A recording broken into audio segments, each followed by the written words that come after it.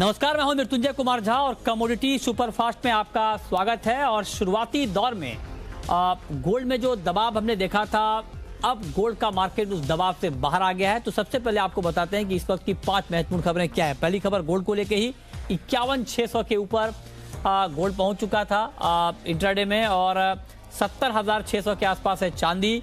और अंतर्राष्ट्रीय बाजार में गोल्ड का भाव $1945 के करीब पहुंच चुका है और चांदी का भाव $27.5 के ऊपर है। इसके अलावा दिसंबर में गोल्ड का इंपोर्ट बढ़ा है और 18% बढ़ा है। दिसंबर में गोल्ड इंपोर्ट 55 टन के करीब पहुंच चुका है। 2020 में गोल्ड इंपोर्ट 644 टन से घटकर 276 टन के नीचे आ गया है। अप्रैल नवंबर के बीच 40% इंपोर्ट घटा था और लॉकडाउन की वजह से इंपोर्ट पर बड़ा इंपैक्ट पड़ा था। रिटेल मांग में सुधार से इंपोर्ट में अब रिकवरी आई है। इसके अलावा क्रूड की बात करें तो शुरुआती सुस्ती के बाद कच्चे तेल में तेजी है। ब्रेंट का भाव 51.5 के करीब है। WTI क्रूड का भाव $48 के ऊपर है और MCX पर भाव 3500 के ऊपर ट्रेड कर रहा है। इसके अलावा हालांकि ओपेक और नॉन ओपेक की दूसरे दिन की बैठक जारी है, उस पर मार्केट की नजरें टिकी हुई है कि वहां से किस तरह का आउटकम निकल कर आता है। उसका इंपैक्ट आपको मार्केट पर साफ तौर पर दिखेगा। इसके अलावा नेचुरल गैस की कीमतों में उछाल है और 4.5% तक नेचुरल गैस के दाम बढ़ गए हैं। 198 के ऊपर है। अंतर्राष्ट्रीय बाजार में 4% की तेजी। अमेरिका में डिमांड बढ़ने की उम्मीद से कीमतों को सपोर्ट मिला है। इसके अलावा क्रूड पाम तेल में आज भी तेजी है। MCX प्रभाव 990 के ऊपर। आज 1.5% से ज्यादा की मजबूती। मलेशियन पाम ऑयल में 1.5% तक की तेजी है और स्टॉक में 13% गिरावट की संभावना है। तो ये 5 खबरें हैं इस वक्त की, और इन 5 खबरों के बाद अब हम बात करेंगे 5 ट्रेडिंग कॉल्स की। और ये बताने के लिए हमारे साथ वंदना भारती हैं SMC कॉमट्रेड की। वंदना जी, बहुत बहुत स्वागत है आपका।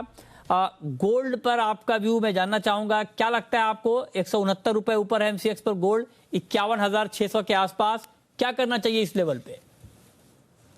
मृत्युंजय जी, यूके की चिंता के बाद जो स्ट्रेन पे जो स्टेटमेंट आया, उसके बाद मुझे लग रहा है कि एक सेफ हेवन बाइंग फिर से यहाँ पर रिटर्न आई है और मेरे ख्याल से यहाँ पे बाइंग में बने रहना चाहिए। 51,525 के करीब यहाँ पे बाइंग करनी चाहिए। मुझे लग रहा है कि प्राइसेस एक बार 51,800 तक भी यहाँ पे आ सकते हैं। स्टॉप लॉस यहाँ पे 51,475 रुपए का लगा के चले। और मुझे लग रहा है कि जो एक सेफ हेवन बाइंग, चाहे कोविड के केसेस को लेके हो, चाहे यूएस में इलेक्शन रिजल्ट्स को लेके हो, तो बेनिफिट ऑफ डाउट्स यहाँ पे गोल्ड को मिलता रहेगा। ठीक है। नेचुरल गैस पर आपका व्यू वंदना जी, नेचुरल गैस में क्या करें? मृत्युंजय जी, काफी अच्छा इसने बाउंस लिया है नीचे की तरफ से और 180-85 से हम लोगों ने अपसाइड आते हुए इसमें देखा, इनफैक्ट उससे नीचे लेवल से। और मुझे लग रहा है कि थोड़ी सी स्टेबिलिटी अब यहाँ पे नेचुरल गैस प्राइसेस में आनी चाहिए। स्ट्रेट यहाँ पे अपसाइड नहीं है, लेकिन मुझे लग रहा है कि अगर 198 के करीब एक लेवल है, उसके बाद यहाँ पे खरीदते हैं तो 205 तक यहाँ पे एक जो प्राइस टारगेट है वो यहाँ पे आ सकता है। 195 का स्टॉप लॉस लेके चले। और मुझे लग रहा है कि ये जो अभी कोल्ड सीजन है, इसमें यहाँ पे थोड़ा सा फायदा नेचुरल गैस को मिल सकता है। ठीक है। कॉटन में भी कॉटन में आपको लगता है वंदना जी कि इस वक्त बाइंग करने का मौका है, खरीदना चाहिए कॉटन? जी मृत्युंजय जी, लकीली अभी जो इंडियन पैरिटी है कॉटन का, वो सबसे ज्यादा मतलब कॉम्पिटिटिव है इंडियन कॉटन जो है वो। और इसका फायदा भी यहाँ पे मिलते हुए दिख रहा है यहाँ पे MCX में। और मुझे लग रहा है यहाँ पे कि 21,125 के करीब बाय करना चाहिए। अब बहुत बड़ा टारगेट ना रखे, 21,250 तक का टारगेट रखे। स्टॉप लॉस यहाँ पे 21,075 रुपए का होगा। और मुझे लग रहा है मृत्युंजय जी कि अगर एक्सपोर्ट खुलता है यहाँ पे, तो कॉटन काउंटर को यहाँ पे और भी फायदा हो सकता है। ठीक है। इसके अलावा क्रूड पाम तेल CPO का मार्केट अब आपको कैसा लग रहा है? और इस वक्त क्रूड पाम तेल में बड़ी तेजी हम देख पा रहे हैं। 2.5% तक दाम बढ़ चुके हैं, 1,000 के करीब है। क्या करें क्रूड पाम तेल में? मुझे लग रहा है मृत्युंजय, ये यहाँ पे ऑलरेडी यहाँ पे बहुत ज्यादा अपसाइड यहाँ पे आया है और यहाँ पे टारगेट के करीब है। यहाँ पे मैं थोड़ा सा रिवाइज करना चाहूंगी। मुझे लग रहा है कि इनफैक्ट करीब 1,000 तक के प्राइसेस को भी, 1,000 1,002 के प्राइसेस को भी यहाँ पे टारगेट लेके चल सकते हैं। और रिफाइंड सोया में भी जितनी तेजी नहीं है, उससे ज्यादा तेजी मुझे लग रहा है कि अभी CPO में यहाँ पे देखने को मिल सकता है। तो मेरे ख्याल से यहाँ पे बाइंग में बने रहना चाहिए। ठीक है। इसके अलावा कॉटन सीड ऑयल केक, यहां पर आपको लगता है कि आज बाई करके चलना ठीक रहेगा कॉटन सीड ऑयल केक में? मृत्युंजय जी, जैसा अकोला में भी यहाँ पे बातें हो रही हैं और वहाँ पे जो ग्राउंड रिपोर्ट है, मुझे लग रहा है कि कॉटन ऑयल सीड केक में एक अपसाइड जो है वो कंटिन्यू रहना चाहिए और लॉन्ग टर्म टारगेट मेरा यहाँ पे 2200 तक का रहेगा, 2200 से 2250। लेकिन 1 से 2 दिन के ट्रेडिंग सेशन के लिहाज से मुझे लग रहा है कि करीब 2090 के करीब यहाँ पे बाय करना चाहिए, 2150 का टारगेट रखना चाहिए, 2060 का यहाँ पे एक स्टॉप लॉस लगेगा और मुझे लग रहा है कि कॉटन के साथ-साथ कॉटन ऑयल सीड केक में भी एक तेज़ी जो है वो बनी रहेगी। ओके, ठीक है।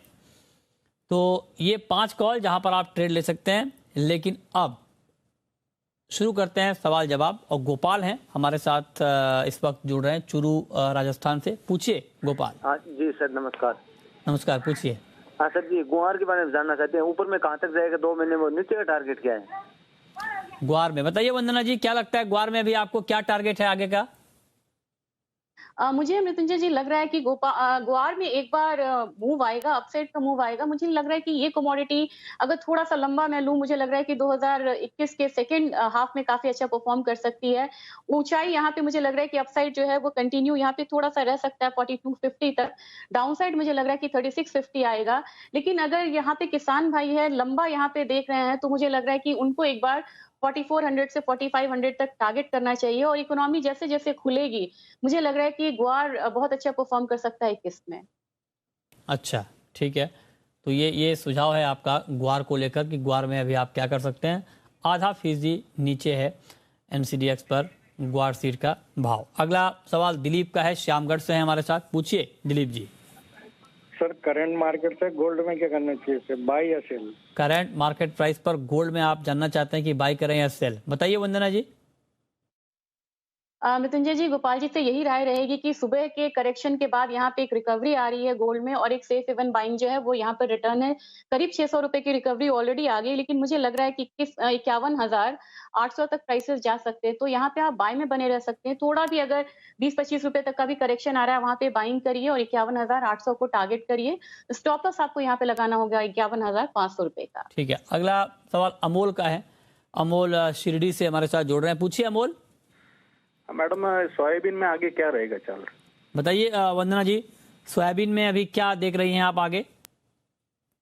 मृत्युंजय जी, जितने रिविजन्स यहाँ पे हुए हैं यूएसडीए का, सब में क्रॉप कम होने की न्यूज़ है और अर्जेंटीना से सप्लाई स्मूथ होने में थोड़ा-सा यहाँ पे टाइम लगेगा। तो मेरे ख्याल से इसका बेनिफिट सोयाबीन को यहाँ पे मिल रहा है और इसी की वजह से हम लोगों ने अराइवल्स के बावजूद यहाँ पे बहुत प्रेशर आते हुए नहीं देखा है। सर, लोअर साइड पे आप एक बाइंग यहाँ पे सोयाबीन में करके चल सकते हैं, थोड़ा-सा करेक्ट होने दीजिए। 45, 44, 44.75 के करीब बाय करें और जो अपसाइड टारगेट है बहुत लंबा ना रखें, 47.50 का रखें और मेरे ख्याल से जो अभी भी डिप पे थोड़ी-सी जो बाइंग है वो सोयाबीन में बन सकती है। ठीक है, अगला सवाल रफीक का है। पूछिए रफीक जी। हाँ जी, कपास में क्या लगता है अभी 1218 का भाव है? कपास, ओके, बताइए वंदना जी, क्या फ्यूचर आप देख पा रही हैं कपास का? क्या लगता है आपको कपास में?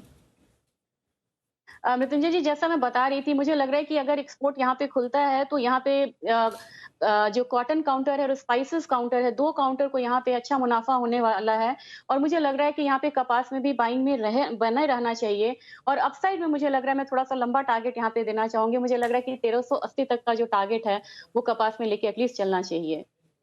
ठीक है, तो ये राय है आपकी कपास के ऊपर कि यहाँ पर किस तरह का ट्रेड लेना ठीक रहेगा।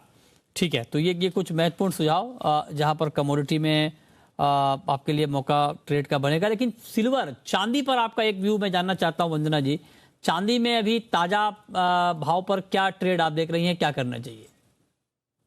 मृत्युंजय जी, मुझे लग रहा है कि गोल्ड के साथ-साथ यहाँ भी एक बाय जो है वो बने रहना चाहिए और मुझे लग रहा है कि 70,525 के ऊपर अगर ये स्टेबल होती है, तो एक बाइंग बनेगा और मुझे लग रहा है कि 71,200 तक भी प्राइसेस आते हुए हम यहाँ पे देख सकते हैं। बेस मीटर्स में भी यहाँ पे थोड़ा-सा रिबाउंड यहाँ पे आ रहा है अच्छा खासा, तो मेरे ख्याल से उसका भी सपोर्ट यहाँ पे चांदी को रहेगा और डॉलर इंडेक्स में एक नर्वसनेस है, तो उसका फ़ायदा भी यहाँ पे चांदी को मिल रहा है। तो अल्टीमेटली मुझे लग रहा है कि 71,200 तक को टारगेट करके बाय कर सकते हैं चांदी में। अगला सवाल पूजा का है। पूछिए पूजा जी। जी, मैंने गोल्ड लिया है 49,500 में, तो अब निकल जाना चाहिए कि वेट करना चाहिए? बताइए वंदना जी, क्या करना चाहिए गोल्ड में? बधाई हो पूजा जी, काफ़ी इन द मनी कॉल है यहाँ पे और मुझे लग रहा है कि एक बार 51,000, 550, 600 के करीब आपको यहाँ पे निकल जाना चाहिए, अच्छा मुनाफा है। ठीक है, ओके, चलिए, बहुत शुक्रिया वंदना जी आपका हमारे साथ जुड़ने के लिए, इन सारे सवालों के जवाब देने के लिए, बताने के लिए कमोडिटी में कहां पर कमाई के मौके बनेंगे। तो फिलहाल इस बुलेटिन में इतना ही।